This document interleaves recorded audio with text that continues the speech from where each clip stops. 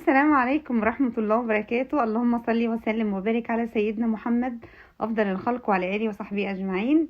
ازيكم حبايبي؟ عاملين ايه؟ يا رب تكونوا في أحسن صحة وأحسن حال يا رب العالمين. رمضان كريم عليكم، كل سنة وانتم طيبين.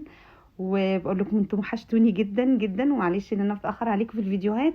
بس اللي عارفني من قناتي القديمه هيعرف ان انا وقتي وظروفي وحياتي ما بتسمحش ان انا انزل فيديو كل يوم. انا نفسي بصراحه ان انا اكون معاكم كل يوم، لان انتم بتسعدوني جدا وبتفرحوني جدا بلايكاتكم الحلوه وكومنتاتكم الاحلى. بس غصب عني، والله العظيم غصب عني، انا بحبكم قوي، بحبكم جدا. ورب كده يدومكم نعمه في حياتي. انتوا احسن متابعين وحبايبي وصحابي واهلي التانيين، ونفسي اكون معاكم كل يوم والله بجد. بس يعني اعذروني وقدروا، ويا رب كده عيلتي او قناتي الجديده تكبر بيكم وبلايكاتكم الحلوه. فما تنسوش بقى اول ما ندخل على الفيديو كده نحط اللايكات بتاعتنا الجميله، ونحط الكومنتات بقى الاحلى عشان تسعدوني وتفرحوني وتكبروا قناتي بقى، وتحطوا لايكات كتير عشان الفيديوهات تتشاف والقناه تكبر بيكم زي القناه اللي الاولانيه القديمه كانت كبيره بيكم ان شاء الله. فنفسي القناه دي كمان تكبر ونبقوا عيله كبيره ان شاء الله. تنسوش بقى تحطوا لي لايك، واللي اول مره يشوف قناتي ما ينساش ينزل على كلمه اشتراك اللي باللون الاحمر او كلمه سبسكرايب، ويحط لي كومنت حلو من عنده عشان يحسسني بوجوده. تعالوا بقى نسمي الله كده ونقول بسم الله الرحمن الرحيم. نبدأ فيديو النهاردة. وفيديو النهاردة بقى انا داخلة معركة كده متشمرة فيها، والنهاردة زي ما تقولوا بقى يا جماعة انا معزومة على الفطار بره.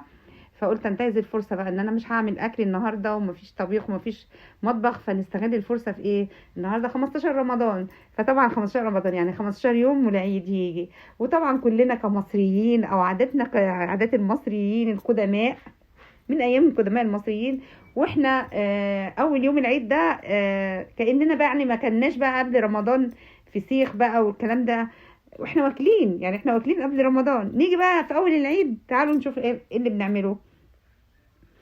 بناكل فسيخ كمان كعاداتنا كعادات المصريين يا جماعه. ما تتضايقوش وتقولوا انتوا بتاكلوا سمك منتن والكلام ده، وبنسمع الكلام ده من ناس كتير في دول غير مصر يعني. بس احنا اتعودنا على كده وكبرنا وطلعنا اهالينا بتعمل كده، فاحنا خلاص يعني بقت عاده. فانا بصراحه النهارده بقى قلت ايه، طالما يا بنتي انت النهارده مش هتعملي اكل ومعزومه بره، فقمت من النوم بدري عشان انزل السوق. رحت السوق كده لقيت فيه بوري حلو كده في السوق. خلي بالكم يا الكاميرا هنا ظلمه، هو اكبر من كده والله. البوريه كبيره جدا هنا خلي بالكم. فرحت السوق عشان اجيب بوري، عشان عايزه املحه واعمله فسيخ. وانا شاطره قوي في اعمال الفسيخ، انا مش اول مره اعمله، انا عملته كتير بس يمكن اول مره اصوره على القناه معاكم. فحبيت كده ان انا يعني عشان خاطر كده البنانيت الصغيرين اللي لسه ما بيعرفوش يتعلموا كده يعني. مع ان انا عارفه ان في ستات كتير قمر كده وشاطرين وبيعملوا الحاجات دي، وكتير مننا بيعملوه في البيت. بس احنا قلنا البنات بقى الصغيرين متجوزه جديد وكده تتعلم يعني. بس فانا جبت سمك بوري، جبته كبير يعني. انا لما رحت اول مره السوق كان صغير، فقال لي تعالي بكره هتلاقيه ايه في سمك كبير للتمليح وكده. فصبحت فعلا رحت كده على الساعه 12 الظهر كده نزلت السوق، وقلت ايه اروح اجيبه، وفعلا جبته. وقلت يلا ايه بالمره انا فاضيه النهارده نقعد بقى ايه املحه، عشان هو بياخد وقت شويه يعني بياخد غلبه شويه. فاول اهم حاجه بقى في الفسيخ يا جماعه تنظيفه وغسيله من عند الخياشيم كده بتاعته، وتنزلي اي دم فيه واي زفاره واي ميه لونها متغير او حاجه غامقه كده او مش حلوه.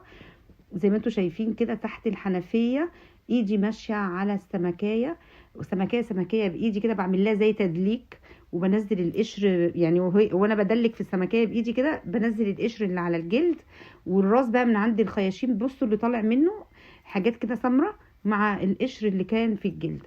بصوا بقى نضفته وغسلته كويس قوي، وجبت بقى ايه حته قماشه نضيفه كده ورحت سايباه عليه بتاع ساعتين 3 ايه ينشف وينزل الميه والدم اللي فيه كله، زائد اللي انا غسلاه على الحنفيه كويس جدا.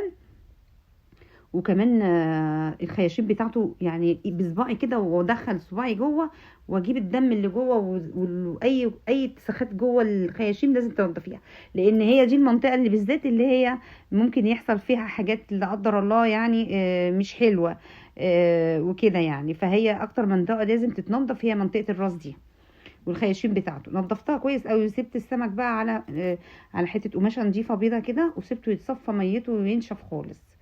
آه طبعا قبل ما جبت بقى نص كيلو ملح خشن من عند العطار، وشطه بقى كتير جدا يا جماعه، لان الشطه برضو من الحاجات او التوابل اللي بتمنع اي تكون بكتيريا في الحاجات اللي بتقعد فتره او بتتملح او بتتخزن بالتمليح.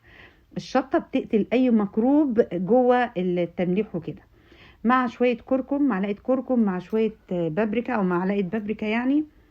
وسبت السمك طبعا بعد ما صفى ميته جامد بقى، جبت ايه رول كده بتاع مناديل مطبخ. وبصوا بقى دي الخطوه التانية في تنظيف الفسيخ. احنا غسلناه بالميه كويس جدا جدا جدا. الخطوه التانية بعد ما بتسيبيه يصفي ميته، وفعلا الخرقه لو انتوا شفتوها سوري، او القماشه اللي على الرخامه منزله ميه يعني، وشاربه ميه ودم منه كتير. فبعد بقى ما بينزل ميته واي حاجه فيه دم اي حاجه، جيبي بقى لفه مناديل او رول مناديل مطبخ كده. يعني انا لقيت اللي عندي خلصت اهو زي ما انتم شايفين، ورحت مطلعه واحده جديده من عندي، وابتدي انشف فيه تنشيف فظيع. نشفي فيه ميه في الفسيخ ما ينفعش، بتخلي الفسيخ يعمل بكتيريا، يعمل ريحه مش حلوه. فاهم حاجه بالمناديل كده دخلي جوه الخياشيم وسيبيها واقفلي عليها، عشان خاطر المناديل تشرب كل حاجه جوه الراس اللي جوه السمكيه، ما تسيبش ولا حاجه. يعني انا بصوا بعد ما نشفت كويس قوي قوي قوي قوي، بقيت اجيب المناديل واحشرها في الراس او في الخيشوم بتاع السمك البوري من جوه، واسيبها شويه. ليه بسيبها شويه؟ عشان كل حاجه او اي ميه او اي دم فيه ينزل او يتشرب في المناديل. بصوا زي ما انتم شايفين كده، اهم حاجه التنشيف، تخلي السمكيه ناشفه جدا، ما فيهاش نقطه ميه من جوه ومن بره. بصوا بالذات زي ما قلت لكم المنطقه اللي هي بتاعه الراس دي، احشري فيها المناديل وسيبيها. اديكم شايفيني بصوا بعمل ازاي، يعني بحشر المناديل جوه الراس وبحطها في الطبق، يعني بسيبهم كده شويه على اساس المناديل تشرب الدم كله اللي جوه. ده مهم جدا. التمليح يا جماعه مش ان انا اجيب شويه ملح وارشهم وخلاص، لا، في حاجات اساسيه كده في التمليح زي ما انتم شايفين كده، ولازم نعملها. بصوا انا بختبر بقى السمكيه لما بوطي راسها كده لتحت في الخيشوم، بشوف هو بيجيب دم ميه لسه ولا لا. صفيتها اهي كويس قوي قبل ما احط المناديل في قلبيها، لقيتها بتنقط، يعني معنى كده فيها ميه ودم جوه. بصوا بقى لما بحشر المناديل فيها وهيحصل ايه، هيبقى فيها ميه تاني ولا لا. شايفين القماشه البيضه اللي انا كنت فرشاها تحت السمك دي شاربه ميه ودم كتير، شلتها كده عشان خاطر ايه، هتتغسل يعني. ونعمل الخطوات اللي انا بقول لكم عليها دي. صلوا كده على النبي يا جماعه. اللي اول مره يخش القناه زي ما قلت لكم، ما تنساش بقى يحط لي اشتراك ويشجعني كده، وحط لي كومنت حلو من عنده، وما تنسوش اللايك يا جماعه. يلا بينا نكمل. بصوا بعد ما حشرت بقى المناديل، بصوا بقى بختبرها تاني، بشوف بعد ما حشرت المناديل وسبتها شويه جواها، بشوف بقى لما اشيل المناديل منها هيتسقط ميه ولا لا. بصوا اديني عملتها لقيتها ما بتجيبش ميه ولا بتسقط ميه، ناشف جدا جدا جدا. والافضل كمان لو انت مش مستعجله ان انت تبيتيه يوم بره كده التلاجة بعد ما ينشف وبعد ما يتصفى ميه. يعني انا عملته قبل كده، كنت موقفه السمكيه على راسها كده، يعني كل السمك كنت موقفاه على راسه في حله كده، وسبته بره التلاجة شويه، ولقيت فعلا شويه ميه في قاع الحله، معنى كده ان هو صفى ميه تاني اهو. بس فبتسيبيه كده يوم، وبعد كده بقى تنشفيه وتتملحيه. انا طبعا عشان كنت مستعجله بصراحه فما بيتهوش، ما سبتهوش بره التلاجة شويه، عملت على طول. فهو لو ساب بره التلاجة على فكره شويه بيبقى تحفه تحفه تحفه وطعمه احلى. عايزه اقول لكم كمان عمليه المساج اللي انا بعملها للسمكيه وانا بغسلها تحت الحنفيه، ان انت تفركي الجلد كده بايدك كده او بصباعك كده، منها بتطلعي القشر بتاع السمك، ومنها كمان بتخلي اللحم اللي جوه يدوب شويه. ليه بقى؟ لما السمكه بعد ما بتطيب جوه الملح والتوابل دي، تيجي تاكلي منها تلاقي اللحم كده مفصص من بعضه. فلازم عمليه التدليك دي، عمليه او الناس تقول لك انغزيه كده بايدك، يعني ممكن بصباعك كده تجيبي البوريه وتقعدي تنغزي فيها بصباعك كده او بايدك كده. او تمشي ايه صباعك على الجلد كده من بره، بحيث ان انت كانك بتعملوا عمليه بتفصصي الجلد عن اللحم شويه، فاهمين؟ فلما تيجي بقى تملحيه وتفتحي عليه هتلاقي اللحم دايب كده متفصص لوحده وحلو كده، مش تشديه كده تلاقيه جامد معاكي، لا تلاقيه ده يعني عامل زي الزبده كده، يعني فاهمين يعني؟ تطلعي من البوريه اللحم اللي فيها يطلع معاكي بسهوله. بس بقى جبت طبق كده فيه نص كيلو ملح خشن. هو رخيص قوي على فكره الملح ده يا جماعه، ده الكيلو مش عارفه ب6 جنيه ولا ب5 جنيه. فانا جبت نص كيلو كده خشن قوي. الملح الخشن بيملح الحاجه وفي نفس الوقت ما يزودش الملوحه او طعم الملح فيها او يبان، يعني ما تبقاش الحاجه حادقه يعني، بس وفي نفس الوقت ما يبقاش عادم، يعني بيبقى معقول يعني، فاهمين؟ بس كده اديني بقى ايه بقى، جبت بقى ايه كيس كده. وابتديت ارص بقى كل سمكيه بعد ما احشي، من احط بقى الملح جوه الراس وجوه الخياشيم، وتحشري كده الملح جوه الخياشيم، ترصي بقى بعد ما تحطي فرش في الكيس، فرش من الملح والشطه في قاع الكيس، تبتدي ترصي بقى السمك. بعد ما تحشري فيه الملح في الراس، السمك عكس عكاس. يعني ايه عكس عكاس؟ يعني واحده كده وواحده عكسها الناحيه التانية، وهكذا وهكذا، ترصيهم فوق بعض بالطريقه دي. وكل طبقه تحطي شويه ملح، كل طبقه تحطي شويه ملح. بصوا بقى لونه، الكركم مع حطيت بابريكا والملح والشطه، بصوا لونه فظيع جميل والله. لونه قبل ما يطيب وقبل ما يستوي في الملح لونه جميل. فاشحال بقى ان شاء الله لما نيجي نفتح عليه تبقوا معايا برضو هوريكم. بس بقى اكياس بقى، انا كان عندي بقى اكياس بتاعه كارفور بقى ساعه ما جبنا الحاجات بتاعه رمضان وخزين رمضان وكده، فكان عندي اكياس كتير، فانا بحتفظ بيها يعني لاني بحتاجها كتير يعني. فالمهم بقى جبت كيس جوه كيس، يجي 15 20 كيس كده، وتلفهم جوه بعض وتبرمي وتلفي وتربطي وتحكمي، وكل ما يعني ما تكوني يعني الحاجه يعني ربط عليها كويس ولفها كويس، يعني يطيب بسرعه، ده يخليه يطيب معاكي بسرعه. وفي علبه بقى بعد كده حطيه بقى، لو عندك مثلا علبه زي علب الرز ده او الدقيق دي كبيره، حطيه في قلبها بكياسه بقى. تعال نشوف بقى بعد ما خلصنا بقى تمليح الفسيخ بقى انا رايحه فين وهعمل ايه. ما صدقت بقى خلاص خلصت عمليه التمليح بتاعت الفسيخ دي، وقلت بقى كنا معزومين على الفطار عند بنت اختي.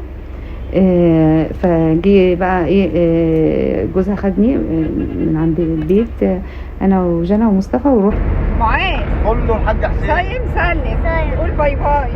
قول باي. طيبه ابو جنى. ايمن كل سنه طيبه ست الكل. ايوه ايمن. سنه طيبه طبعا جنى. المغرب ايه، المغرب بيدن اهوت.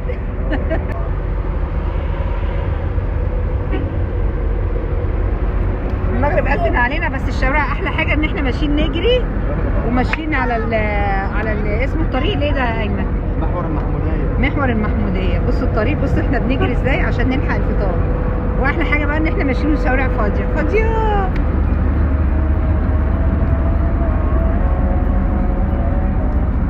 الله اكبر.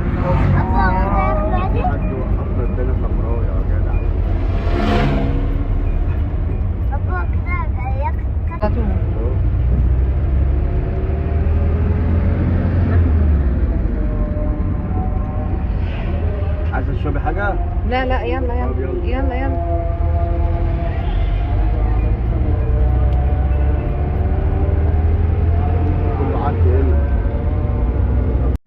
هنا بقى كنت عايزه اوريكم بقى العبايه بتاعتي الجديده، جبتها عشان رمضان، عشان العزومات بقى لما نخرج وكده، واوريها لكم بقى. فقلت اوريها لكم بقى، دي لسه جديده خالص، يا ريت تقولوا لي رايكم ايه فيها وحلوه ولا لا.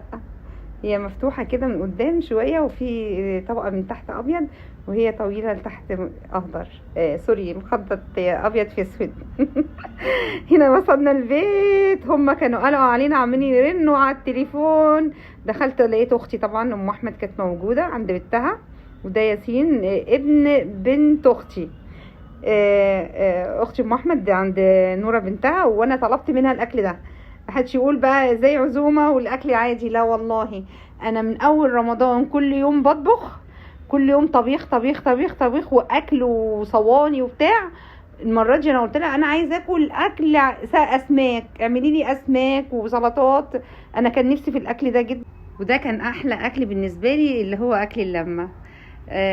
اتمنى يكون الفيديو عجبكم. لو عجبكم ما تنسونيش في اللايك وشير وسبسكرايب للقناه. بحبكم قوي، بحبكم جدا يا احلى واجمل متابعين في الدنيا.